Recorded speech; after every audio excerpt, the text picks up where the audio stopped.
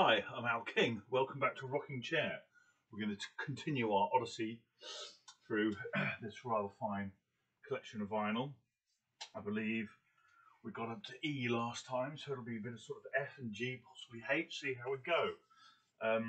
They're not perfectly alphabetized, so there might be some slightly out of sync, but anyway, let's have a jump in. Yeah, Mr. One would have to take time out for those guys. Everyone knows the big hit, Take These Broken Wings. But yeah, it's one of those sort of very sophisticated, progressive 80s prog pop albums, which every collection should be with. Haircut 100. Yeah, you probably associate that with girly band, mainly because of the good looks of Nick Hayward. But this is an incredibly tight jazz funk album. Okay, mainly White Cats, but Blair Cunningham, the drummer, did play with Michael Jackson. It's absolutely superb. There's some really good jazz funk on there. Tight, well drilled, super clicky, high fast guitar playing with some really good brass section arrangements on there. So yeah, Philly Boots with Haircut 100. Rory Gallagher. I mean, pretty much everything he did, starting from Taste in the late 60s right the way through, is gold. The live albums, I guess, are the sweet spot, so we're going to come to him later. But he has, you know, a lot of artists from the 70s on the blues rock side of things. They kind of reconfigure themselves post Eddie Van Halen. And so in 1980, you get a lot of, you know, sort of like hard rock albums from established electric blues artists like that, including Top Priority by Rory Gallagher. Grateful Dead, this is Blues for Allah, but again, you know, ultimately they were a live band, okay? We don't really have the jam band scene over here, whereas in the States, it's kind of like, you know, all the cats I hang with over there. It's totally about going to, like, you know, the sort of jam band festivals in the spirit of the Grateful Dead, often with previous members of the Grateful Dead. But anyway, you need to be all over the Grateful Dead. Blues for Allah is a great place to start. We'll probably come across, I've got loads of Dead. I don't know why it's not all here together, but again, it's my terrible filing. The Groundhogs, you know, when we do a review of great British sort of electric blues bands, they would often get sort of like left out, I guess, as would Tony McPhee, the guitarist, which is a great shame because, you know, he has been described as the British Hendrix. He's an outstanding player, and most importantly, he's from Lincolnshire. So yeah, support your local Lincolnshire guitar player by getting into the Groundhogs, and this would be a great place to start. Okay, everyone knows about Nils Lofgren playing with Bruce Springsteen, but his solo stuff and his stuff with a band called Grin. Yeah, for me, way more interesting than what Springsteen is doing. Boring Bruce, I call him. Anyway, you know, again, why do we like vinyl? Look at that. Immersion, connection with the music. Yeah, so Philly Boots. Great album. Here we go. I knew there was going to be a Grateful Dead sweet spot. So hang a sec. Yeah, so that's another Grin Lofgren album, which will now go back in its proper place. There you go. Here's a couple more Grateful Dead albums. And, you know, famous for their distinctive artwork. I can't remember the name of the artists who sort of like designed most of the covers, but you'll get that sort of like consistent look with lots of skulls and roses, and, you know, the obvious influence of psychedelia as well. So that one's Anthem of the Sun, and that one's crikey, what is that one called? I can't actually read it. That's how twisted and psychedelic the font is on there. But anyway, yeah, Grateful Dead, go mad. Guess Who, you know, maybe you've heard of American Woman, yeah, but I think they're Canadian. Late 60s, wonderful crossover fusion of blues, rock, pop, psychedelia, but really intelligent too, with a bit of prog thrown in there as well. Go mad on the Guess Who. Go mad on this cat too. He's everyone will know of Little Feat. If you don't, Get Out. We'll probably devote an entire show to Little Feat being one of the best bands of all time. But anyway, the guy behind it was Lowell George, discovered by Frank Zappa back in the 60s. He had tiny feet, and Frank used to call them Little Feat. Slight change of spelling, and then you have Little Feat. Anyway, he does make a solo album as well, which is an outstanding slab of vinyl. Fiddly Boots, Lowell George, one of the great underrated genii. Okay, you've heard of Jefferson Airplane, no doubt. You've probably heard of Jefferson Starship. Well, there's a splinter group by the guitarist and the bass player. These two cats here. Look at them. Aren't they gorgeous? Yes, they are. Long hair, baby. And yeah, almost everything Hot Tuna did was outstanding. Again, look, packaging, immersion, connection with the artist and the music. Go crazy. What's this one look like on the inside? Not quite as fun, but yeah, having fun with Andy Warhol-inspired pop art. Why not? The 90s, yeah, what a great decade in many ways. One of my favourite albums from the 90s is Celebrity Skin by Hole. Fiddly Boots, it's a masterpiece. As Neil from the Young Ones once said, oh no, Steve Hillage. Great shame, Steve's a genius. Created the sort of, let's call it the ambient movement, yeah? Outstanding. Oh yeah, some more Grateful Dead albums here. I'm going to just mention those because they're both bangers. Terrapin Station. And then, controversial, a lot of people don't like this. Shakedown Street. Well, they're idiots. You know, it's because maybe it's a little bit more commercial, maybe it's a little bit more, poppy, but it's still funky and swampy and jammy, and I really like it. And if I like it, it means it's good. Hot Tuna, there's another one. That, in many ways, I think, yeah, Hot Tuna, that one's called America's Choice. That might be the pick of the bunch. There's also a compilation called Final Vinyl you get by them, which is good. What a banger. Pill Straws and Bellyaches by the Happy Mondays. Oh, smell that, yeah? What a masterpiece. Oh. Just starts with Kinky Afro and you're off, aren't you? It's just absolutely killer. I think that comes out, late 90s, about 89, but it's really, it creates a sonic template for what, becomes Britpop in the 90s. That's fouled that place, but we're coming to him in a moment, so we can put him back in then. Yeah, you'll know the Eagles, and you'll know Hotel California. We've already discussed them, but the guitarist that really took the Eagles to that level and made them the perfect ultimate band was Joe Walsh. In his previous work with the James Gang, you need to be all over that, yeah? Killer guitar player, absolutely killer. Once ran for president of the United States of America. Should have got it. Still alive. I'd vote for him. Better than that knobhead Trump. Anyway, that's James Gang. You probably know about Journey as well, but you might not have known that they were effectively Carlos Santana's backing band on Santana 3. Before they hired Joe Perry and started making those AOR sort of like mega hits, they were doing much more sort of like, progressive jammy stuff. Everyone knows Free, but, have you ever checked out the late great Paul Kossoff's solo album? Probably not. It's outstanding. Highly recommended indeed. Okay, what we're going to focus on here. Yeah, there's a few out of order, so I'm just going to...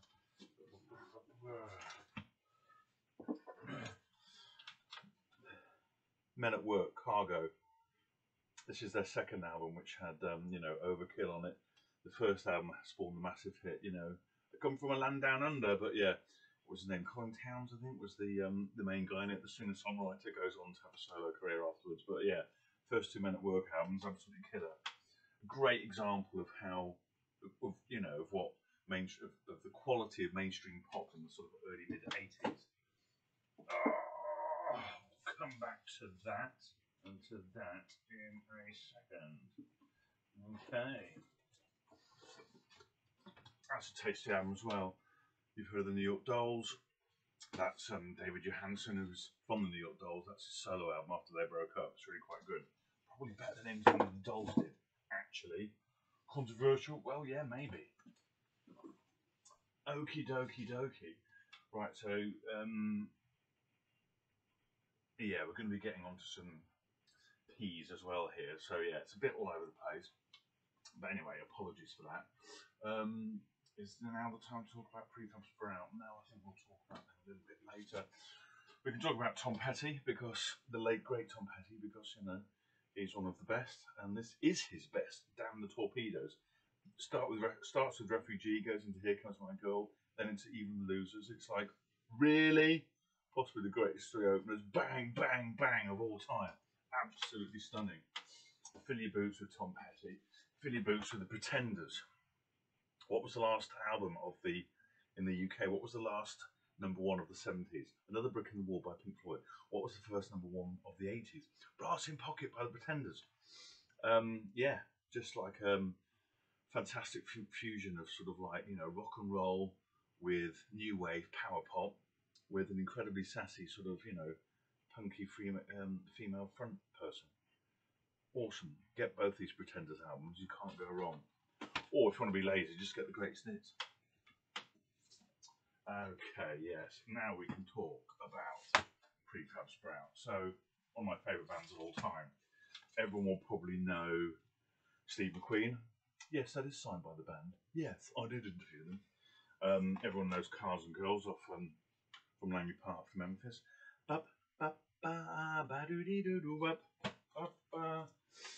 My personal favourite, however, is Swoon, also signed by the band, because I took my albums to them when I met them at the Retford Porterhouse on the Steve McQueen tour.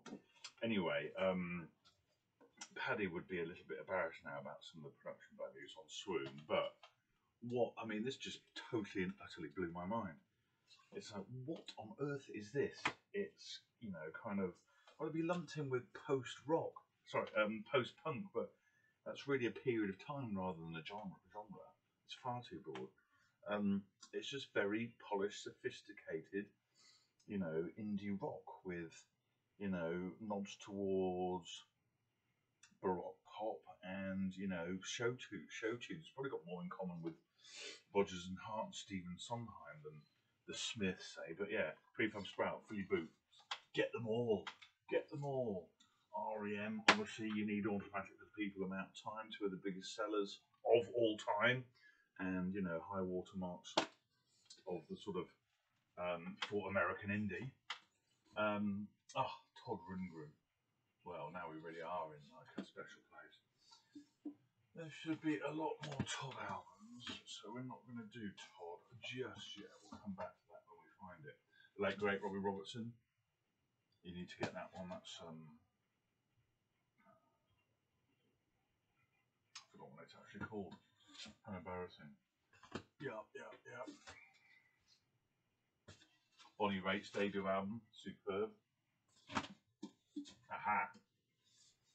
We are now in a little sweet spot of the Rolling Stones. Probably the greatest band of all time.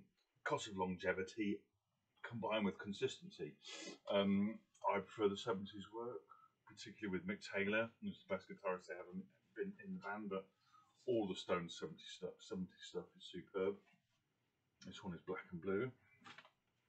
Tattoo You, which was a sort of early 80s comeback album in some ways.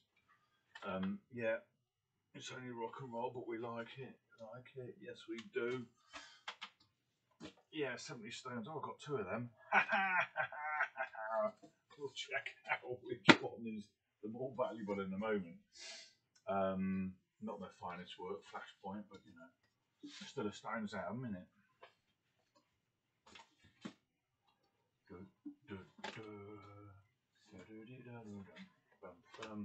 Obviously, the frontman of the Police, Sting, went on to it doesn't matter, eclipse the Police because they were very successful, but have a massively successful solo career.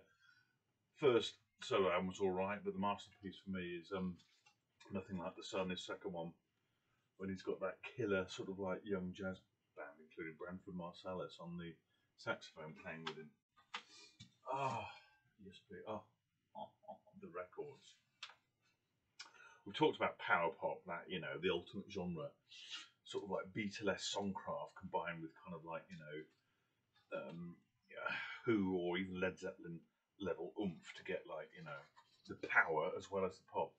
These are a British power pop band called The Records, who should have been huge. It's got a track on there called Starry Eyes, which would comfortably be in my top 20 of all time. I think before they were The Records, they were the Kurzel Flyers. But yeah, that's one you bring out when you're sort of like trying to show off in front of some serious musos.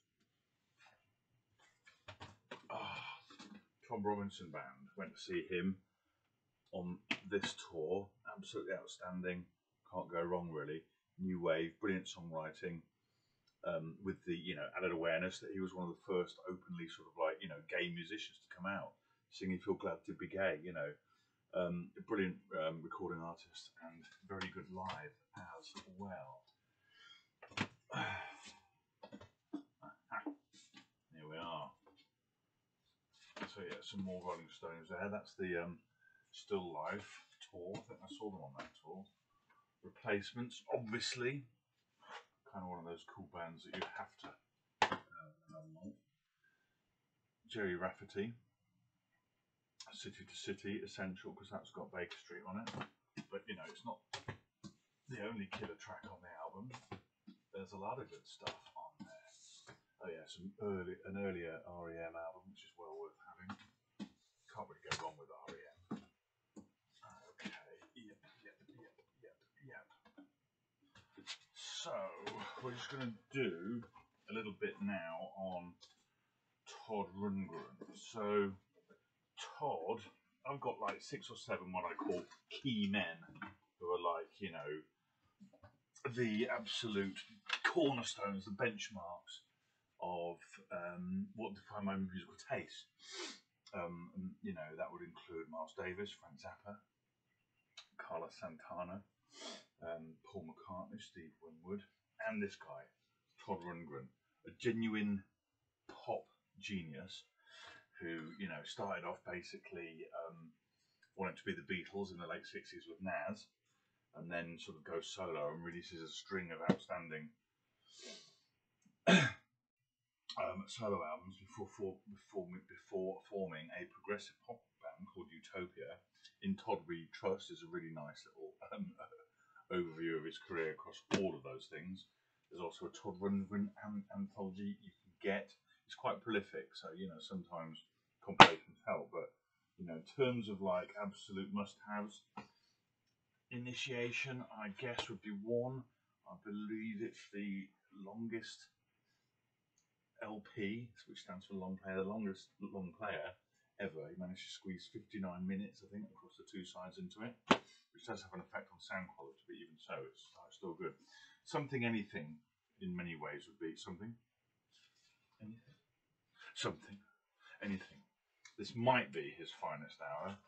It's got Hello, It's Me on it, which is, you know, one of the greatest songs ever written, covered by many people, including the Isley Brothers. You know, controversially, many years later, circa, I don't know, 2001, he comes out with an electronica album called Liars, which is just superb. I went to see him at the Albert Hall, and it was mind-blowing. There was loads of these old farts leaving because he wasn't, you know, because it was like, well, it was electronica, flashing lights and strobe, and, you know, he wasn't playing a traditional Todd set, which I thought was bloody rude. This is a late career masterpiece. Todd Rundgren, yeah, one of the great pop genii who you really need to be all over. You also need to be all over these guys. Oh, look, there's another. That's a 1989 Todd Rundgren album, which often gets overlooked, called Nearly Human. It's outstanding. Yeah, another band that you need to be all over would be Roxy Music. They are, you know, well, I suppose they form the genre of art rock, really, when they first appear. You know, Brian Ferry, Brian Eno, Phil Manzanera on guitar. And yeah, they were incredibly stylish. They were they looked very different.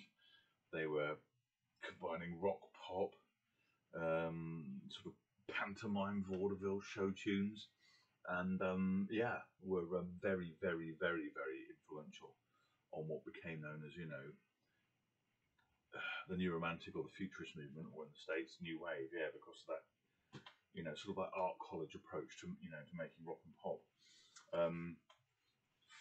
That 70s run is superb, but you know, don't overlook Avalon, which might even be my favourite Roxy album, which, you know, comes sort of like late in the story in sort of 1980.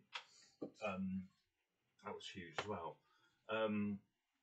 So we're jumping around time-wise, and apologies, yeah, we're on the R's, but oh, I know what I've done. Oh, anyway, I'm not re-recording this, but yeah, probably the best indie band in the world right now from Melbourne, Australia, called Rolling Blackouts Coastal Fever, and I think they're 3 albums in now, and you're blessed not with just one, not even two, but 3 guitar players as well. So the layering they do and the different guitar parts, how they lock in, is outstanding. Yeah, fill your boots with Rolling Blackouts Coastal Fever, because you really can't go wrong. That might have to do it for now. Apologies for my complete absence of respect and understanding for the alphabet, but you know, even so, we've touched on some great artists there, and in all likelihood we're going to touch on them again, because there's bound to be some strays hiding in different sections of the collection, given that it's so vast. So bear with me, we'll get there.